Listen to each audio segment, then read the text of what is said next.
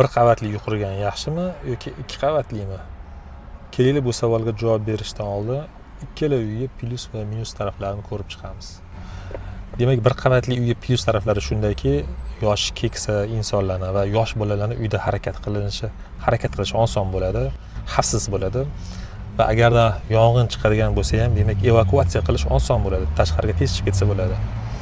Uchinchisi, hamma xonalar bir qavatda joylashganligi uchun uy egalari bir-birini tez ko'rish imkoni bo'ladi, bir-biri bilan aloqa qilish oson, chaqirganda eshitish oson bo'ladi.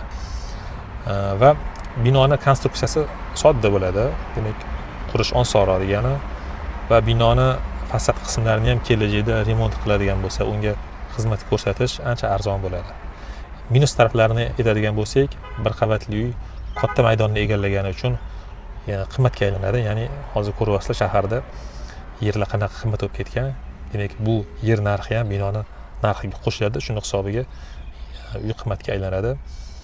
Va minus taraflaridan yana shuki, fundament bilan tommi maydoni katta bo'lishini hisobiga xarajat sal ko'proq bo'ladi va bir qavatli uy hamma xonalar bir qavatda joylashganligi uchun sal shovqinroq bo'ladi. Tinchlikni xohlaydigan insonlarga ozgina bu noqulaylik keltirib chiqadi. 2 qavatli uyga endi ko'rib chiqadigan bo'lsak, plyus taraflari shundaki, eng birinchi o'rinda albatta yer maydonidan yutiladi.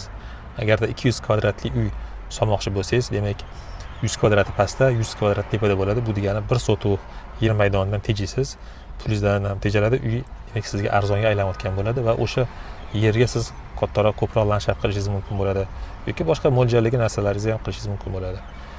Demak, plyus taraflari yana fundament bilan tom maydoni kamroq bo'lishini hisobiga demak arzonroqga aylanadi. Plyus taraflari demak uy baland bo'lishini hisobiga chiroyli ko'rinadi arxitekturasi va ikkinchi qavatdan ham tashqariga oynadan ochib qaraganda vid chiroyli bo'ladi.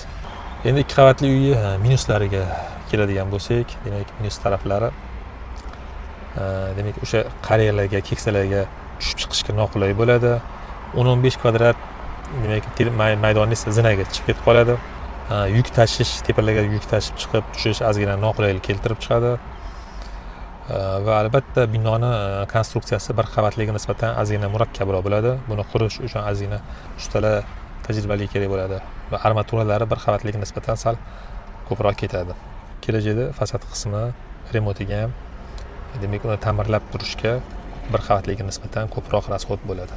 Men tavsiyam, agar uy o'sha 5 sotuv, 6 sotuvdan tepa bo'ladigan bo'lsa, bir qavat qurish kerak. Agar yeringiz, demak maydoningiz kam bo'ladigan bo'lsa, unda 2 qavat qilib foydalangan afzal deb bilaman. Shunaqa foydali maslahatlar agar sizlarga qiziq bo'ladigan bo'lsa, kuzatishda davom etinglar, obuna bo'lishni esdan chiqarmanglar.